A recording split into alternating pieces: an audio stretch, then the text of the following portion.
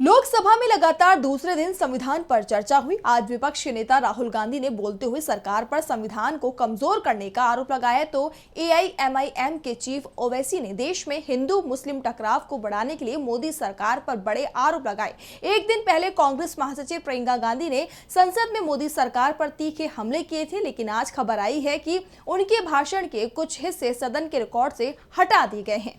तो क्या है पूरी खबर, आइए देखते हैं इस रिपोर्ट में। संसद में संविधान पर हुई चर्चा में आज विपक्ष के नेता राहुल गांधी ने मोदी सरकार पर तीखे हमले किए।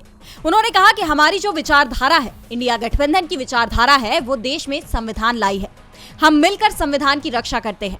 आज ये बात सबके सामने है कि राजनीतिक समानता खत्म हो गई है। सारे संस्थानों पर कब्जा कर लिया गया है। सोशल फाइनेंशियल इक्वालिटी नहीं रह गई है। हम देश को दिखाना चाहते हैं कि किन लोगों का और कहां अंगूठा काटा है। हम दलितों, आदिवासियों, किसानों को ये दिखाना चाहते हैं कि आपने किसका अंगूठा काटा है। मैंने वादा किया था, इसी संसद में हम जातिगत जनगणना को लागू करेंगे। 50% रिजर्वेशन की दीवार को हम तोड़ेंगे। आपको जो कहना है कह लो। राहुल ने कहा कि बीजेपी सावरकर की पूजा करती है।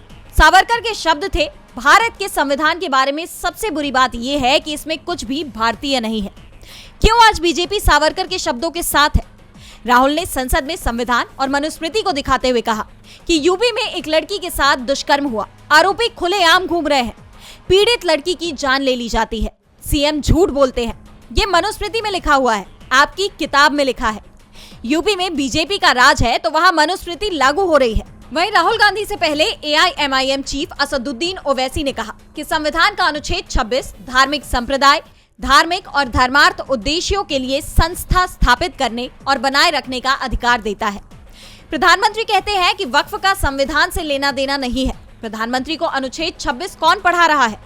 सरकार का लक्ष्य वक्फ संपत्तियों को छीनना है। इससे पहले प्रियंका गांधी ने यह आरोप लगाया कि उन्होंने एक दिन पहले अदानी को लेकर सरकार पर जो आरोप लगाए थे, उसमें से अदानी का नाम हटा दिया गया है। आखिर अदानी को कौन बचा रहा है? बाद में पीएम मोदी ने विपक्ष के आरोपों का जवाब देने की जगह कांग्रेस की पहले की सरकार को कटघरे में खड़ा करने की कोशिश की और इंदिरा गांधी के समय लगाए गए आपातकाल का मुद्दा उठाया। डीबी लाइव की रिपोर्ट।